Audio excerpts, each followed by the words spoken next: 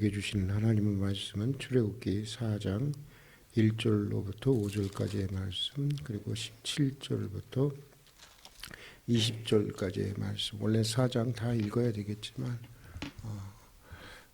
그렇게만 읽도록 하겠습니다. 먼저 4장 1절에서 5절의 말씀 함께 읽겠습니다. 모세가 대답하여 이르되 그러나 그들이 나를 믿지 아니하며 내 말을 듣지 아니하고 이르기를 여호와께서 내게 나타나지 아니하셨다 하리이다. 여호와께서 그들에게 이르시되 내 손에 있는 것이 무엇이냐? 그가 이르되 지팡이니이다. 여호와께서 이르시되 그것을 땅에 던지라 하시매 곧 땅에 던지니 그것이 뱀이 된지라. 모세가 뱀 앞에서 피하매 여호와께서 모세에게 이르시되 내 손을 내밀어 그 꼬리를 잡으라. 그가 손을 내밀어 그것을 잡으니 그의 손에서 지팡이가 된지라. 이는 그들에게 그들의 조상의 하나님 곧 아브라함의 하나님, 이삭의 하나님, 야곱의 하나님 여호와가 내게 나타난 줄을 믿게 하려 함이라 하시고, 거기까지 읽고요. 17절부터 20절까지의 말씀 또 읽겠습니다. 너는 이 지팡이를 손에 잡고 이것으로 이적을 행할지니라. 모세가 그의 장인 이드로에게로 돌아가서 그에게 이르되 내가 애굽에 있는 내 형제들에게로 돌아가서 그들이 아직 살아 있는지 알아보려고 하오니 나로 가게 하소서. 이드로가 모세에게 평안히 가라 하시니 여호와께서 미디안에서 모세에게 이르시되 애굽으로 돌아가라. 내 목숨을 노리던 자가 다 죽었느니라. 모세가 그의 아내와 아들들을 나귀에 태우고 애굽으로 돌아가는데 모세가 하나님의 지팡이를 손에 잡았더라. 아멘. 새해를 시작하는 우리들에게 있어서 정말 하나님의 지팡이를 손에 잡고 새해를 시작할 수 있는 한 해가 될 수 있기를 주님의 이름으로 축복합니다. 현대 경영학의 고전이라고 불리는 피터 드러그라고 하는 사람이 있습니다. 그는 14살 때 담임 선생님으로부터 일생일대의 가장 소중한 질문을 받았다고 합니다. 어느 날 수업 시간에 들어오신 선생님은 학생들에게 이렇게 물었습니다. 너희들은 어떤 사람으로 기억되고 싶은가? 너희들은 어떤 사람으로 기억되며 살고 싶은가? 아이들은 14살이었으니까 아무런 대답을 하지 못했습니다. 그러자 선생님은 나도 너희들이 대답하리라고는 기대하지 않았어. 그러나 너희들이 나이 50이 되어서도 이 질문에 대답할 말이 없다면 너희들은 너희 인생을 많이 낭비한 것이란다. 이것을 꼭 기억하고 잊지 않고 살아가도록 하거라 라고 하셨다고 하는 것입니다. 이 피터 드러그는 이 선생님의 말씀을 평생 마음에 두고 자신은 남을 행복하게 하려는 그런 사람으로 기억되기 위한 인생을 살았다고 했습니다. 그 결과 오늘날과 같이 자신도 잘 되고 행복한 사람이 될 수 있었노라고 이렇게 살아계실 때 말하곤 했습니다. 한 개의 촛불로 수천 개의 그 촛불을 밝히고도 그 한 개의 촛불의 수명에 결코 문제가 없는 삶, 그것이 남을 행복하게 하려는 자신의 인생이었노라고 이렇게 말한 적이 있습니다. 여러분, 오늘 여러분의 모습은 어떻습니까? 우리는 정말 누군가에게, 특별히 하나님에게 기억될 만한 인생을 사셨습니까? 그렇게 또 가치 있고 의미 있는 인생을 살아가고 있습니까? 살아가려고 노력하고 있습니까? 한때는 실패자였습니다. 한때는 살인자였고 한때는 도망자였습니다. 그러나 어느 날 하나님의 부르심을 잊고 구약 역사를 통틀어서 가장 정말 의미 있는 가치 있는 인생을 살았던 모세와 같이 참으로 하나님 앞에서 또 역사 앞에서 가족 앞에서 교회 앞에서 또 자신 앞에서 정말 의미 있는 삶을 사는, 좀 가치 있는 삶을 사는 사람으로 기억되는 인생이 되기를 바라면서 어제에 이어서 오늘도 모세가 하나님의 부르심을 받는 이 소명의 장면을 통해서 함께 은혜를 나누고자 합니다. 출애굽 3장부터 모세가 이제 하나님의 부르심을 받는 장면을 소개하고 있습니다. 우리가 어제는 출애굽기 3장을 통해서 우리가 같이 말씀을 나눴습니다. 근데 4장에서 이렇게 4장에 들어서면 모세는 계속 하나님의 부르심을 저항합니다. 하나님의 부르심을 거절합니다. 나는 그런 일을 할 만한 사람이 아니라고 하는 것입니다. 나는 이미 여든을 넘었고 게다가 좋지 않은 과거를 가진 사람이라고 하는 것입니다.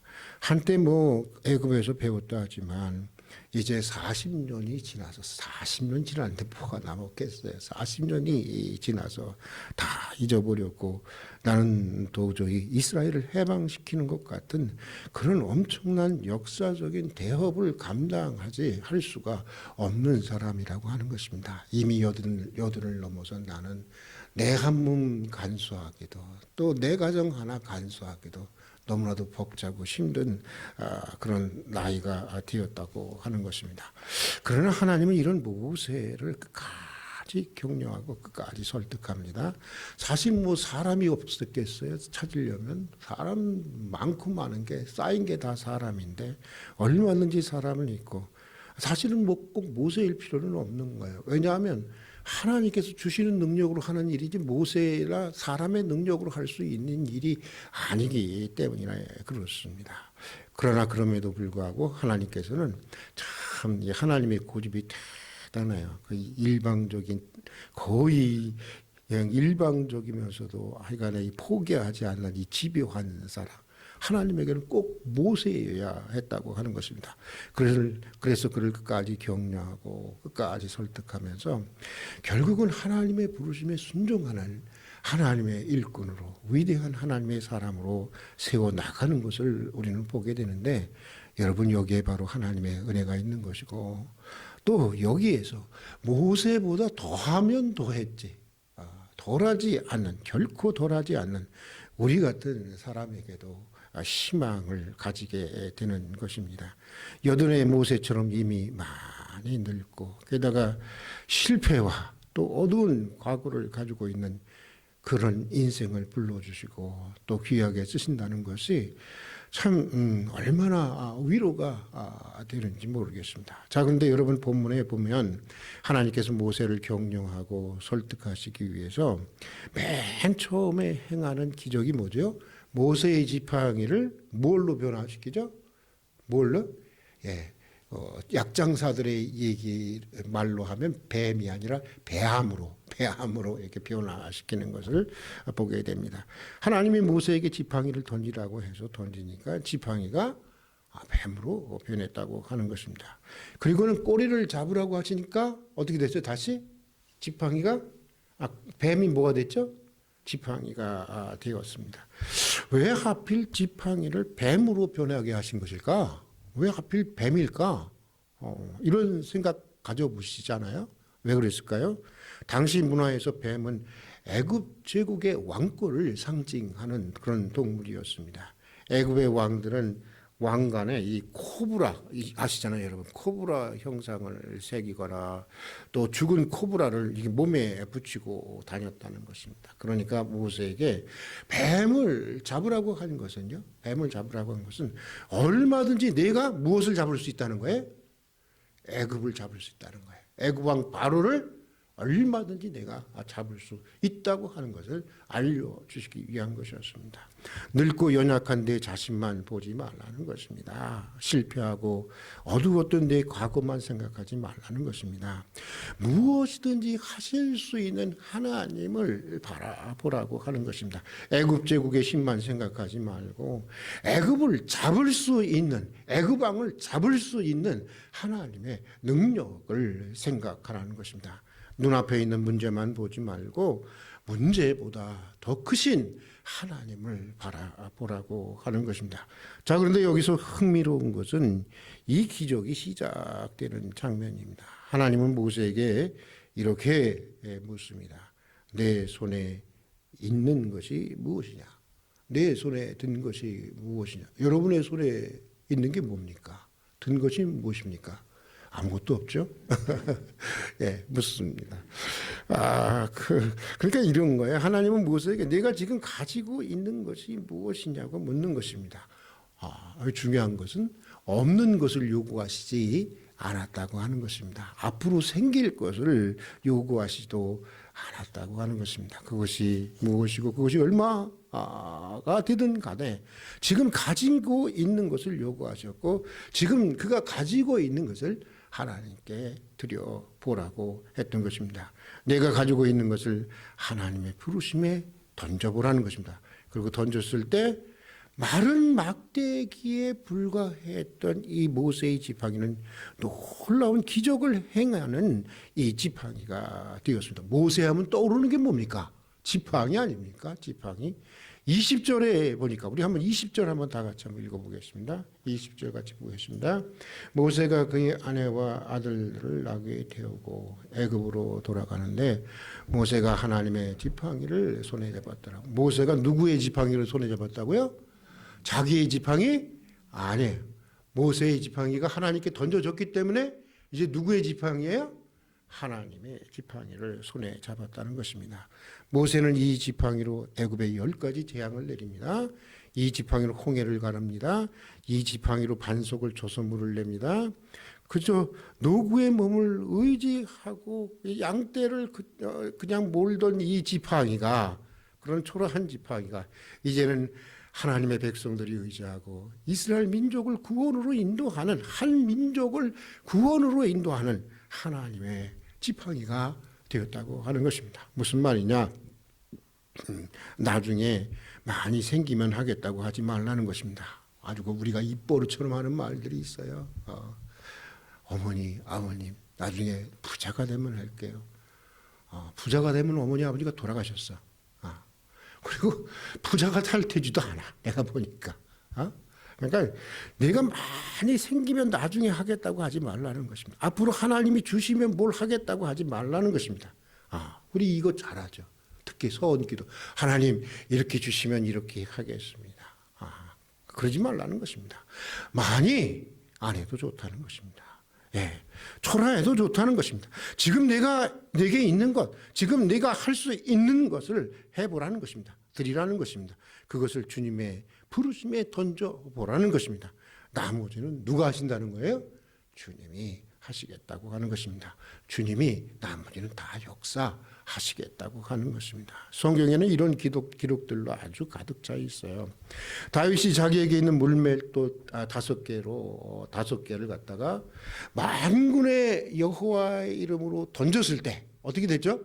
여러분? 거인 골리앗이 그냥 그 자리에서 꼬꾸라지지 않습니까? 여기만 이렇게 보이도록 했거든요. 여기만 이렇게, 여기만 이렇게. 근데 여기서 딱 고쳤어요. 아마 제가 생각하기에는 다윗이 워낙 잘 던져서 그랬을까? 아니었던 것 같아요. 아마 던졌는데 저쪽으로 나갔다가 이게 방향을 갑자기 바꿔서 여기를 딱 때린 것 같아. 내가 보기에는. 예? 중요한 건 뭐냐? 다윗이 얼마나 잘 됐느냐? 그런 거 생각하면 안 됐지. 은혜가 떨어져. 여러분. 그렇지 않아요? 예. 여호와의 이름으로, 만군의 여호와의 이름에 던졌다고 하는 거예요. 그러니까 거인 골리앗을 쓰러뜨리게 되었고 이스라엘을 구원했습니다. 사르밧 과부는 마지막 먹고 죽겠다고 했던 한 움큼의 양식을 누구에게 주었죠? 배고픈 엘리야를 위해서 던졌을 때. 그렇다고 해서 여러분 마지막 먹고 죽겠다고 했던 한 움큼의 양식을 한양국 목사에게는 주지 마세요. 한양국 목사에게는 이런 일이 안 일어납니다. 예. 엘리야에게 던졌을 때 어떻게 됐어요? 예? 3년 6개월 동안 지속되는 가뭄 속에서도 계속되는 하나님의 기적적인 공급을 받지 않았습니까? 오병이어의 기적도 그렇습니다. 한 어린아이의 한 끼 도시락에 불과했던 보리떡 5개와 물고기 2마리가, 그 초라한 한 끼 도시락이 주님의 손에 던져지고 받쳐졌을 때 5,000명을 먹이고도 12광주리가 남겨지는 놀라운 역사가 나타나게 되었습니다. 여러 번 말씀드리지만 저는 우리 교회 공동체의 미래를 생각하면서 자주 충북의 음성에 있는 꽃동네를 대한 생각에 잠기곤 합니다. 뭐 꽃동네를 모방하고 싶어서 그런 게 아니고요. 우리 교회의 창립의 뜻과 꽃동네는 매우 유사한 뜻을 가지고 세워진 공동체이기 때문입니다. 자주 말씀드렸기에 뭐 자세한 말씀을 드리고 싶지는 않습니다만 한 가지를 묻고 싶어요. 한 가지를. 여러분, 50년 전 초라했던 움막에 움직이지 못하는 18명의 행정자들이 기거하던 그곳이 지금은 무려 4천여 명의 불황인들과 장애인들을 돌보고 있는, 그리고 또 여러 개의 의료기관과 장애를 위한 복지대학이 운영되고 있는 가장 근본적인 이유가 무엇입니까? 다 아시지 않습니까? 빌어먹을 힘만 있어도 주님의 은혜라고 여겼던 이 정신병을 가진 이 최기동 할아버지가 그 자기에게 남아있던 마지막 힘, 그 빌어먹을 힘을 구걸할 힘조차도 없는 18명의 병자들을 돌보라는 하나님의 부름에 던졌을 때 오늘의 꽃동네라고 하는 세계에서 가장 큰 기독교 복지 공동체가 이루어질 수 있게 되었던 것입니다. 20세기 중반 서구 세계에 풍미했던 이 실존주의 철학이라는 것이 있습니다. 이 철학의 대표적인 학자 중에 하나인 이 하이데거라고 하는 교수가 있습니다. 그는 인간을 이렇게 정의했습니다. 게보르펜자인이라고 정의를 했습니다. 게보르펜자인. 이 독일어로 게보르펜자인이라고 하는데 우리말로 번역하면요, 던져진 존재라는 뜻입니다. 던져진 존재라는 것입니다. 그것이 사람은 자기의 의지와 전혀 상관없이 태어나서 던져진 채 살아가야 하는 존재라는 것입니다. 그것이 인간의 실존이고 그것이 인간의 피할 수 없는 운명이라고 하는 것입니다. 맞는 말입니다. 우리 중에 누가 태어나고 싶어서 태어난 사람이 있습니까? 안 목사님은 태어나고 싶어서 태어났어요? 아니죠. 아니잖아요. 누구도 없어요. 현상적으로 보면 그냥 다 우리는 그냥 던져진 존재들인 것입니다. 그러나 여러분, 하이데거는 또 이런 말을 하고 있습니다. 사람은 자신의 의지와 상관없이 이 세상에 던져진 존재이지만 동시에 사람은 자신의 인생을 자신의 의지를 가지고 무엇인가 가치 있는 것에 다시 던지면서 살아갈 수 있는 존재이다. 이렇게 얘기하고 있어요. 던져진 존재인 동시에 또 무슨 존재라는 거예요? 던질 수 있는 존재라고 말하고 있는 것입니다. 자, 그렇다면 여러분은 어디에다가 여러분의 인생을 던지시겠습니까? 여러분에게 있는 그 재능, 그 시간, 그 건강, 그 물질, 그 지식, 그 생명, 그것을 무엇을 위해서 또 누구를 위해 던지시겠습니까? 믿음의 사람이라면 당연히 하나님의 부름에 던져야 하는 것입니다. 하나님의 부르심만큼 가치 있고 귀한 것이 없기 때문인 것입니다. 가끔 하나님의 부르심을 따르기 위해서 나는 서울대도 포기하고 나는 하버드도 포기하고 나는 세상에서 이렇게 잘 나갈 수 있는 것을 포기했어. 얼마든지 누릴 수 있는 이런 세상의 명예와 권세와 재산을 포기했습니다. 마치 하나님의 부름을 위해서 어마어마한 것을 포기한 것처럼, 희생한 것처럼 말하는 간증을 들을 때가 있습니다. 그리고 그런 간증에 열광하는 교회의 현실들도 봅니다. 그런 사람들 굉장히 좋아하는 거 알아요. 예. 저도 예전에는 그런 간증을 할 수 있는 목사가 되고 싶었습니다. 그러나 언제인가부터 그것이 얼마나 초라한 일이고 부끄러운 일인지를 알게 되었습니다. 사실 그런 간증에 대한 욕구를 가지고 있다고 하는 그 자체가 그 자신의 영적인 현실이 얼마나 빈약한 상태인지를 스스로 입증하고 있는 거예요. 스스로 드러내고 있는 것입니다. 바울의 고백대로 하나님의 부르심의 가치보다 더 귀한 것은 없기 때문인 것입니다. 바울에게는 바리새인 중에 바리새인이라는 것도, 시브리인 중에 시브리인이라는 것도, 로마의 시민권을 가졌다고 하는 것도, 당시 최고의 학교인 가멜리알 학파에서 수석을 했다고 하는 것도, 또 산헤드린 의회가 그에게 부여한 권력도, 그가 그리스도 안에서 선택 하고 발견한 하나님의 부름의 가치에 비하면 뭐와 같다는 거야? 다 배설물과 같다고 하는 것입니다. 비교가 안 된다는 것입니다. 나는 그리스도로 인해서 포기하고 손해보고 희생하는 삶을 살고 있는 것이 아니라고 하는 것입니다. 나는 그리스도로 인해서 포기하고 손해보는 삶을 사는 것이 아니라 오히려 가장 고귀한 것을 얻는 축복의 삶을 향유하면서 살아가고 있다고 하는 것입니다. 여러분도 그렇습니까? 희생하며 살아가십니까? 손해보며 살아가십니까? 그리스도 때문에 많은 것을 이렇게 잃어버리고 살아가는 것 같습니까? 신앙에 문제 있는 거예요. 예. 여러분, 그러기에 바울은 기꺼이 하나님의 부름에 자신의 인생을 던질 수 있었던 것입니다. 여러분, 모세에게 물으셨던 것처럼 오늘 하나님은 여러분에게 이렇게 물으십니다. 우리 같이 한번 따라서 한번 해보십시다. 내 손에 있는 것이 무엇이냐? 내 손에 있는 것이 무엇이냐? 이 아침에 좀 기도하면서 좀 생각해 볼 수 있기를 바랍니다. 그리고 또 말씀하십니다. 그것을 어떻게 하라? 던지라. 무엇에? 나의 부르심을 뜻에. 비록 마른 막대기에 불과했지만 자기 손에 들린 지팡이를 던진 모세처럼 하나님의 부름에 여러분의 시간을 던지고 건강을 던지고 재능을 던지고 지식을 던지고 나는 없어요. 아무리 생각해도 없어요. 정 없으면요. 최기동 할아버지처럼 빌어먹을 힘이라도 던지세요. 던질 때 기적이 일어나게 되는 것입니다. 비록 늙고 초라한 인생이라도 모세처럼 우리 인생이 하나님의 부름에 던져지고 받쳐질 때 애굽의 노예라고 하는 절망적인 현실에서도 출애굽이라고 하는 새로운 희망의 역사가 열리게 되는 것입니다. 내 손에 있는 것이 무엇이냐? 그것이 모세의 손에 들린 마른 막대기에 불과할지라도 하나님의 부르심에 기꺼이 던질 수 있는 여러분이 될 수 있기를 주의 이름으로 축복합니다. 던질 때 약속의 땅을 향한 출애굽이라고 하는 새로운 축복의 길을 여는 하나님의 지팡이를 가지시게 될 것입니다. 같이 기도하겠습니다. 지난밤에도 주의 날개에 그늘 아래 품어주시다가 이른 새벽 깨워주시고 세상의 소리를 듣기 전에 먼저 주의 말씀을 듣고 주님과 더불어 한 날을 시작할 수 있게 해주신 것을 진심으로 감사드립니다. 주님의 부르심에 자주 거역하면서 불순종의 삶을 살아갈 때가 많이 있지만 그래도 늘 다시 불러주시고 끝까지 새로운 기회를 주셔서 온전한 하나님의 사람으로 세워가시는 은혜를 또한 진심으로 감사드립니다.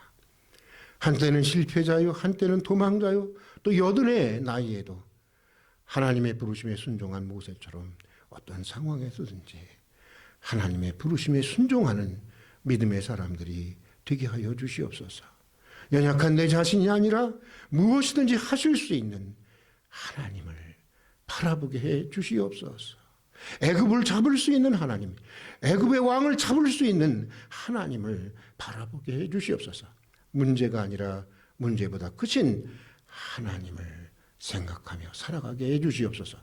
하나님의 부름에 던져진 모세의 지팡이처럼 우리에게 있는 것들이 하나님의 부르심에 기꺼이 던져지게 해 주시옵소서. 모세의 손에 들린 마른 막대기 같은 우리 초라한 인생이 하나님의 손에 붙들려서 출애굽이라고 하는 구원의 역사를 열어가는 하나님의 지팡이와 같은 인생이 되게 하여 주시옵소서. 예수님 이름으로 기도드립니다. 아멘.